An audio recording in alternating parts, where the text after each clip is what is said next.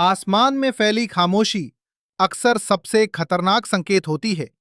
सीमाओं पर हलचल हो, समुद्र में संदिग्ध जहाजों की आवाजाही हो या दुश्मन के ठिकानों पर अचानक गतिविधि तेज हो जाए।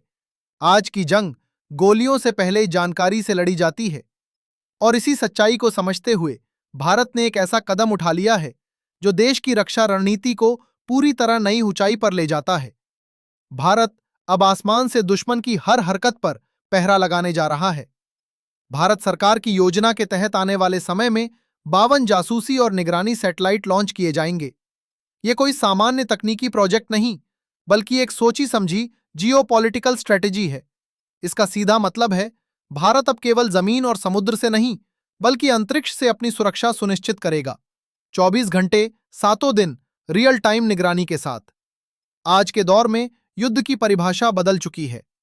यूक्रेन रूस युद्ध से लेकर मिडिल ईस्ट के संघर्षों तक दुनिया ने साफ देखा है कि जिसके पास बेहतर सैटेलाइट इंटेलिजेंस होती है, वही रणनीतिक बढ़त हासिल करता है। चीन पहले ही अपने याओगान और गाओफेन जैसे सैटेलाइट नेटवर्क के जरिए क्षेत्रीय निगरानी में बढ़त बना चुका है।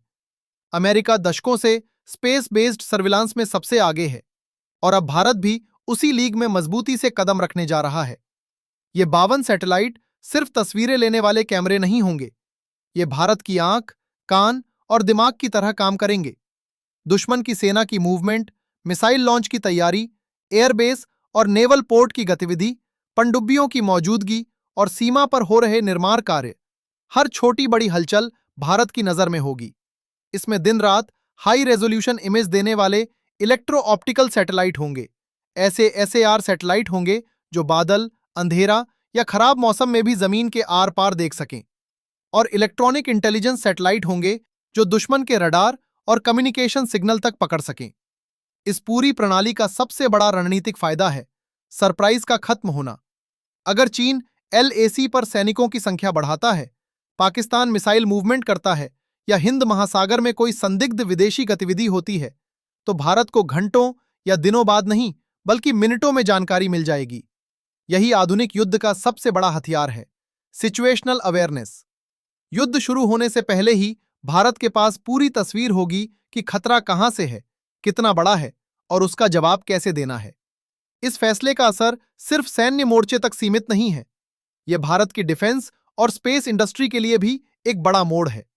यह मिशन केवल इसरो तक सीमित नहीं रहेगा, बल्कि इसमें भारतीय प्राइवेट कंपनियां, स्पेस स्टार्टअप्स और डेटा एनालिटिक्स से जुड़ी फर्म्स भी अहम भूमिका निभाएंगी।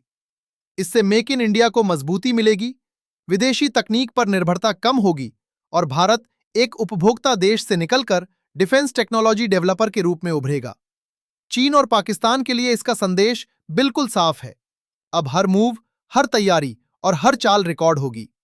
एलएसी पर इंफ्रास्ट्रक्चर बनाना हो, पीओके में आतंकी लॉन्च पैड सक्रिय करना हो या हिंद महासागर में ताकत दिखाने की कोशिश, भारत अब रिएक्टिव नहीं, बल्कि प्री एम्प्टिव स्ट्रैटेजी पर काम करेगा। ये सैटेलाइट युद्ध को भड़काने के लिए नहीं, बल्कि युद्ध को रोकने के लिए हैं।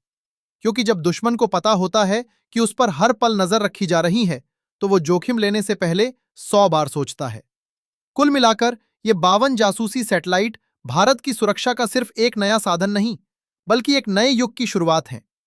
भारत अब जमीन पर मजबूत है, समुद्र में सतर्क है और आसमान में निर्णायक रूप से ताकतवर बन रहा है। दुश्मन की हर हरकत पर पहरा अब सीमा से नहीं, बल्कि अंतरिक्ष से होगा। और यही 21वीं सदी की असली सुपर पावर रणनीति है।